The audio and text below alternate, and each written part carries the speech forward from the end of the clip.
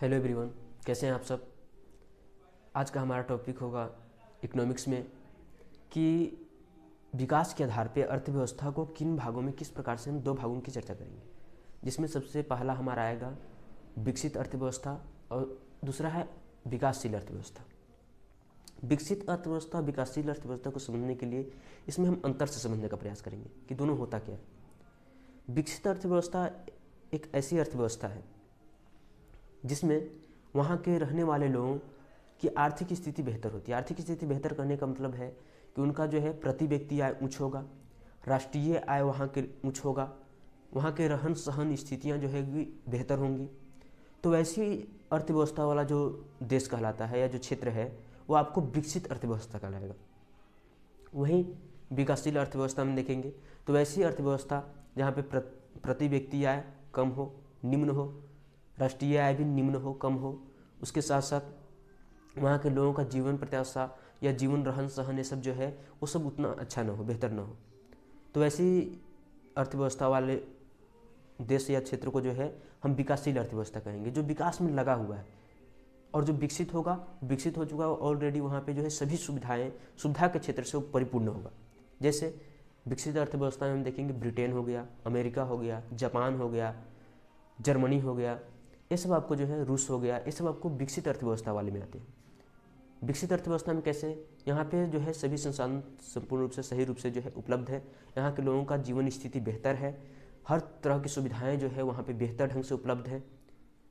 तो लोगों का जीवन स्तर बेहतर है, इसलिए वो विकसित है। विकासशील अर्थव्यवस्था में लोगों का जीवन स्तर, जैसे कि हमारा देश भारत में हम देख लीजिए कि गरीबी बहुत देखने को मिलता है। उसके साथ साथ सभी तरह की सुविधाएं जो होती है, हॉस्पिटल की सुविधा हो, शिक्षा की सुविधा हो और अन्य सभी सुविधाएं सही ढंग से उपलब्ध व्यवस्थित नहीं है।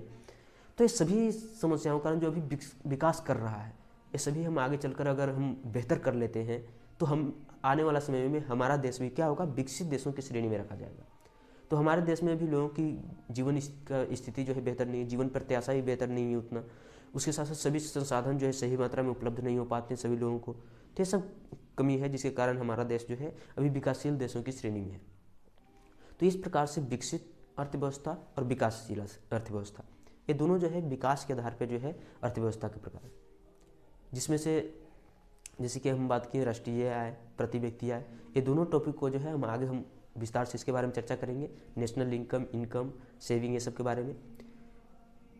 तो आज के लिए इसमें जो है दूसरा टॉपिक जोड़ते हैं, जिसमें क्षेत्र के बारे में देखेंगे कि अर्थव्यवस्था के क्षेत्र क्या है। अर्थव्यवस्था के मुख्य रूप से जो है ऐसे 3 क्षेत्रों में बांटा गया है। आगे 2 क्षेत्र और पढ़ना है, 5 क्षेत्र है, लेकिन मुख्य रूप से हम 3 क्षेत्रों के बारे में चर्चा करेंगे, जिसमें आपको पहला प्राथमिक क्षेत्र होता है, दूसरा द्वितीयक क्षेत्र, तीसरा तृतीयक क्षेत्र, जिसको प्राइमरी सेक्टर, सेकेंडरी सेक्टर और टेरिटरी सेक्टर के नाम से जानते हैं। प्राथमिक क्षेत्र, द्वितीयक क्षेत्र, तृतीयक क्षेत्र। प्राथमिक क्षेत्र क्या है? कृषि क्षेत्र, कृषि से संबंधित। दूसरा द्वितीयक क्षेत्र उद्योग धंधा से संबंधित है, और तीसरा तृतीयक क्षेत्र जो सेवा से संबंधित है। इसके बारे में हम आगे विस्तार से चर्चा करेंगे। तो आज के लिए इतना ही। धन्यवाद।